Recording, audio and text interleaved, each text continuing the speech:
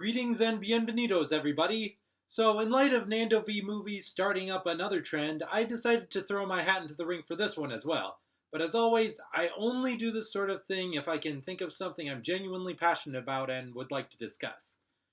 The latest Nando v Movies trend going around on YouTube was the one last scene, which can be anything from a series finale, the ending to a movie, one last episode, and there were a lot of topics that I thought would make a great one final scene analysis. One such example is the 5th season ending to Samurai Jack, because I genuinely do love the much debated controversial conclusion, and even consider it to be perhaps one of my favorite moments from the Samurai Jack franchise. But then again, I'm somebody who generally prefers to bring discussion towards less talked about subject matter in movies and shows. I like to bring something to the table that I haven't heard many other people bring up. And after giving some thought to it, I thought of just the show that I wanted to talk about, and it just so happens to come from the brilliant mind of a modern animation legend who manages to keep finding his way onto the topics for my videos.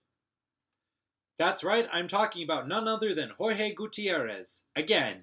Best known for directing The Book of Life, which I coincidentally used as a subject matter for my own personal one musical scene last year. Today's topic is Jorge's own epic Netflix original miniseries, Maya and the Three, which he has described as his own Lord of the Rings, with traces of the Wizard of Oz influence sprinkled throughout. All of it is set in Jorgé Guttierez's personal take on various subsets of Mesoamerican culture and mythology, which he takes liberties with the material to make his own version, not unlike what we see with Disney's iterations on the likes of Hercules or Mulan. But I'll provide links to 2 videos by Dark Robin Myths and Kirsten Maldonado, which go into further detail on that for anyone who's interested. Maya was what Jorge was hoping might be a movie, but after realizing just how long and intricate it ended up being, decided to make it into a 9-episode miniseries on Netflix.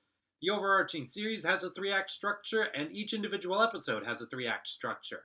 Sadly, Maya is a series that I feel has flown under the radar even when it first came out on Netflix. Videos and articles discussing it were relatively scarce, and I'm not sure that it's ever really been one of Netflix's most viewed series at any time during its release. So that's one reason I wanted to talk some more about it, and add to whatever attention and recognition it can get. To use its titular character's major quote, "If it is to be, it is up to me." But also because the ending to Maya is very unique and one of the things that I respect most about it, especially for a show that kids can enjoy.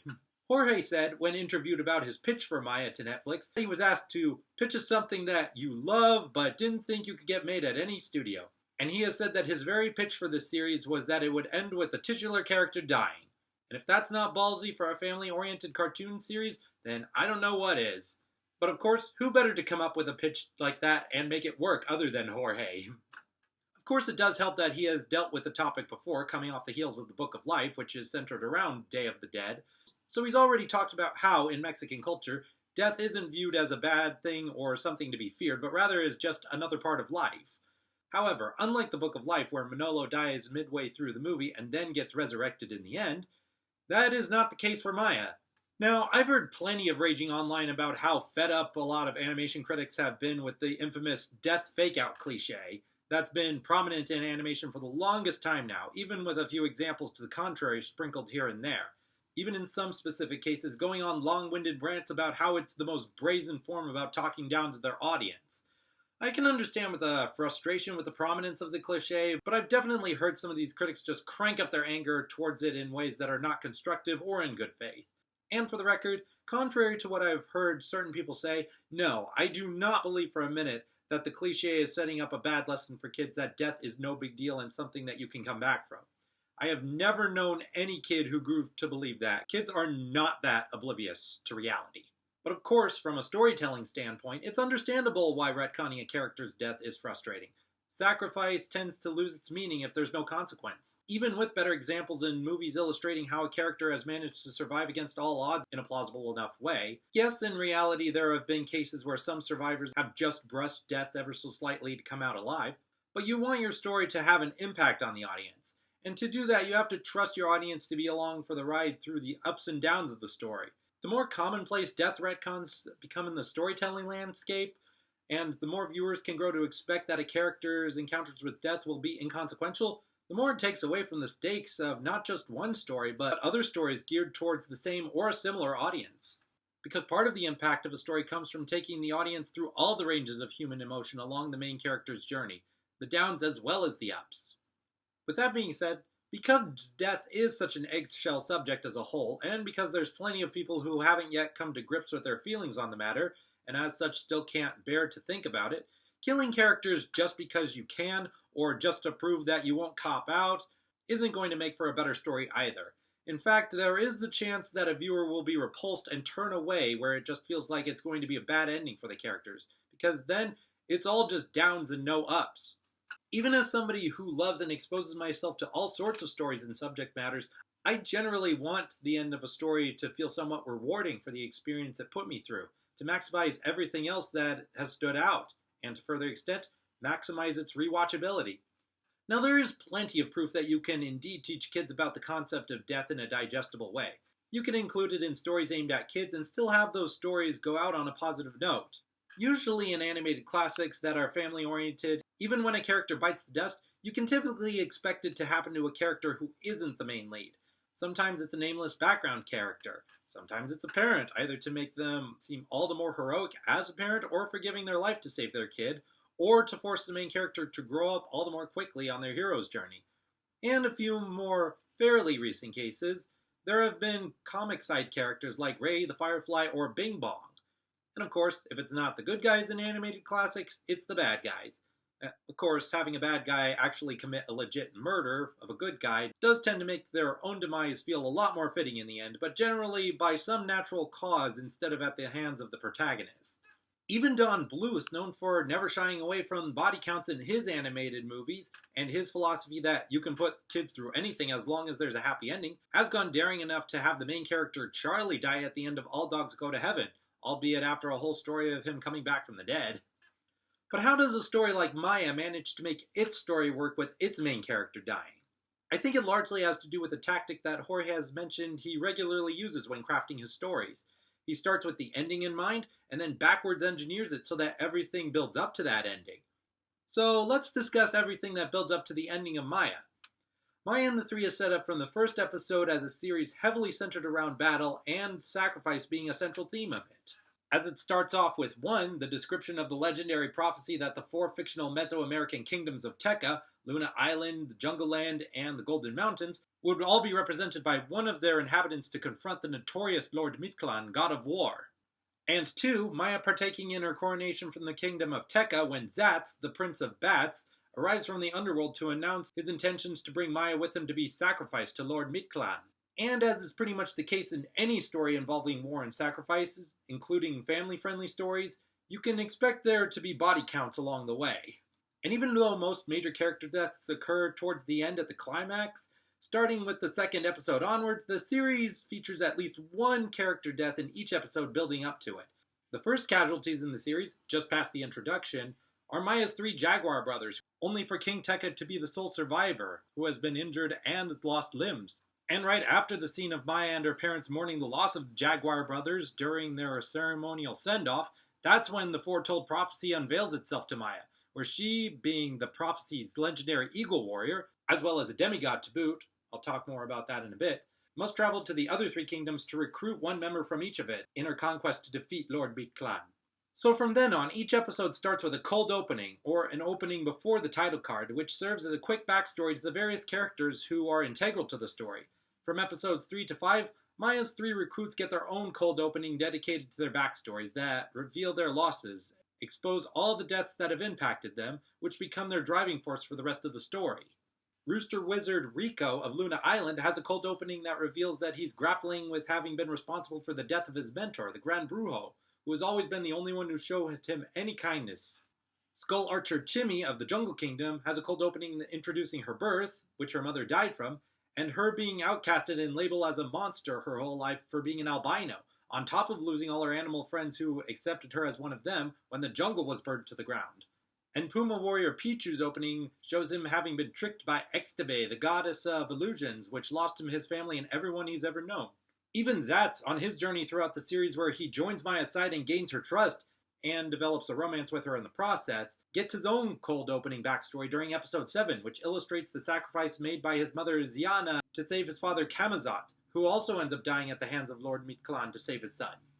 And as such, for each of these cold openings, the losses they suffer do tie into their ultimate goals for accompanying Maya.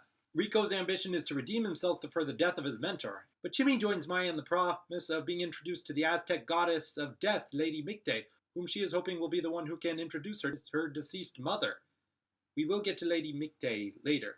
And Pichu is seeking a warrior's death, which is the highest form of honor among his clan, who has always been about fighting for noble causes. And in mentioning Zatz, I should say that his goal, along with the rest of his family, has been to overthrow Mictlan, which is his original intent for delivering Maya as a sacrifice. So the kill count throughout this series is climbing rapidly, although I suppose it's a bit different from a traditional kill count if the characters in question die during someone else's backstory rather than the main plotline. But Pichu ends up being the first of Maya's trio of friends to die during the main plotline, sacrificing himself to get Maya and her companions out from the underworld, and buying them time before Lord Mictlan's invasion to their world. And at the end of his story right there, he is reunited with his family in the afterlife, having earned a warrior's death. But continuing after that, to the other characters who are integral to the story whom we get to see and connect to as the series goes on, there's Lady Micte, the aforementioned Aztec goddess of death, and Maya's birth mother. She married Lord Mictlan in a desire for power and birthed Maya with the intent to sacrifice her to him and make him stronger, until the goddess of death herself grew a heart with the birth of her daughter and sent her to the human world to live with her mortal birth father King Tekka, buying Maya some time to grow and be able to defend herself, while telling Mictlan that letting her grow will make her for a richer, more empowering sacrifice. And as the series goes on, we come to know that the gods in the Jorgé verse are not immortal either, which increases the stakes of the story knowing how vulnerable even demigods like Maya or Zatz truly are. The most significant non-backstory deaths to happen between episodes 3 and 6 are the gods who served Mictlan. Starting with Akat, the goddess of tattoos, and Zatz's ex-girlfriend. After failing to live up to her word of retrieving Maya for Mictlan, Mictlan strikes her, rips her heart out of her chest, Temple of Doom style, and turns her into a puddle of gold, as gold is God's blood in this world, and absorbs her power to make himself stronger. And the same fate befalls all the other gods at the climax who have served Mictlan, when he absorbs their powers for his own in his last attempt to conquer everything. Now, while I'm bringing up all these casualties throughout the series, I feel it important to make clear that just because Mexicans don't regard death as the worst thing in the world, we can see that they certainly don't treat death like it just never hurts. It was shown that way in the Book of Life, that there is grieving and mourning at the loss of loved ones, and it extends even further in Maya, when, in addition to said grieving and mourning, characters' decisions are largely motivated by their pain from having lost a loved one or somebody very important to them. We've already established the motives of Rico, Chimmy, and Pichu when they join Maya on her quest. They are each setting out for bearing the burden of feeling responsible for the death of those closest to them. But Maya's dealings with the grief and loss of those she cares about go on an entire roller coaster ride as it accompanies her growth as a character. After losing her brothers, her initial purpose for setting out on her quest was to avenge them, which temporarily put her on bad terms with the other three.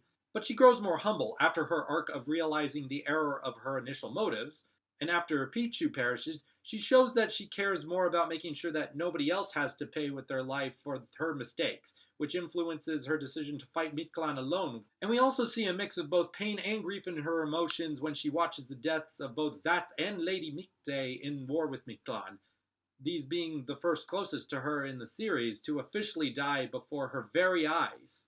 When Lady Micte is killed by Lord Mictlan, she does not suffer the fate of getting her heart torn out from her chest and her powers absorbed. Perhaps this was out of feelings of rage felt by Mictlan after learning of her betrayal towards him and her true intentions with Maya. Rather, she surrounds herself in a bed of flowers and has one last heartfelt farewell to Maya.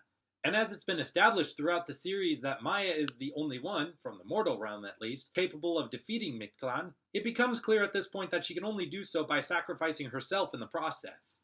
But even though the inevitability of Maya's self-sacrifice is pretty clear at this point, I can easily imagine that there's still that seed of hope planted within the audience's mind that maybe another option will present itself, that Maya won't have to die, especially after the body count of the whole series. And just before Maya's sacrifice, Lady Micte uses her last bit of strength to help Maya in her final fight, resurrecting her jaguar brothers and Pichu to boost her into the mouth of the Lord Mictlan, who has transformed into a two-headed snake. And I think this is very effective in showing that death is not the end for these characters, especially when we've gotten to know and love them, and since they die fairly early on in the series, and therefore assuring, at least subtly, that it's not the end for Maya either. That way, when Maya's inevitable passing does happen, when she finally defeats Mictlan, it softens the blow to just the right amount that the audience wants to keep watching to the official resolution, to see the aftermath of it. And when Maya reaches the heart of Mictlan and is lunging in slow motion to deliver the final blow, there's a montage of her remembering all her beloved relationships, finally capped off by her with her 2 newborn baby brothers, who will be the new future for the Kingdom of Tekka. Jorgé Guttierez explains Maya's mindset as, "If I go, the next generation will make it. It's one thing to save my parents, but it's another thing to save those coming after me." So yeah, Jorge does acknowledge the feeling of pain and complications that always come with having lost someone very close to you. How it's something that everyone experiences at some point, and he treats it as just that, just part of it, not the be-all end-all to it. That there's more to life than death, and that there's more to loss than just tears and suffering. Because when it comes to Maya having to die at the end, when Lady Micte apologizes to her for giving her a life that she would ultimately have to give up either way, Maya holds no resentment towards her for it, saying that the life she had gotten to experience was an amazing adventure. And of course, in the aftermath of Mictlan's death, all the good guys who perished throughout the series appear in the spirits as physical forms to reunite once more with those who are still alive. Maya getting to see her living family and her brothers once more, Rico seeing his mentor, the Grand Brujo, and Chimmy finally getting to meet her mother. A celebration in-universe, as well as one that rewards the audience for engaging with the story all the way to the end. But even when all seems happy and like it's a satisfying note to go out on, it doesn't just end there either, because Maya gets the ultimate reward for her sacrifice and triumph. She becomes the sun, as indeed Aztec depictions do often have the sun represented by an eagle. She watches over all the kingdoms, including her own, and her family and friends who are still alive and raising families for new generations get to see her every day. And that's her love becomes the moon, and the two get to dance around the earth together forever and ever. One last philosophy from Jorgé Guttierez I feel helps bring a nice conclusion to this discussion is, if you can get the audience to feel what the main characters are feeling, that is, that this is the only way to resolve this, even though the cost will be monumental, that's something that transcends culture, transcends time, and transcends the relationship between the audience and the artist. And that, I think, is the perfect summation as to why we want to engage audiences with an ending like Maya's, and to teach our kids about such difficult topics like death and even sacrifice without negating the impact. Because when it comes to talking about beloved characters dying, I think what it all comes down to is the why. It's not enough to say, "I hate the death fake-out cliche and that's why you want to kill your characters off." The purpose of any story, with a few exceptions of course, is to get the audiences to care about the characters and be invested in their journey from start to finish. And to do that, there has to be some promise that it'll be worth it in the end, which of course is very tricky to pull off, but all the more so when thinking about how you want said character's ending to be. Because ultimately, that is going to be the audience's big takeaway at the end of the story. Even if the end isn't the most memorable part or leaves the strongest impression, it is a strong player as to whether it is going to be something that the viewer will want to remember. When it comes to Maya and the Three, it showcases some very effective writing tactics used by Jorgé Guttierez, and it treats the topic of death with the appropriate amount of weight, but at the same time doesn't linger on the pain of what was lost or what will be lost. Rather, it shifts its focus on what will be saved and gained from each individual character's sacrifice and how they will be remembered for it.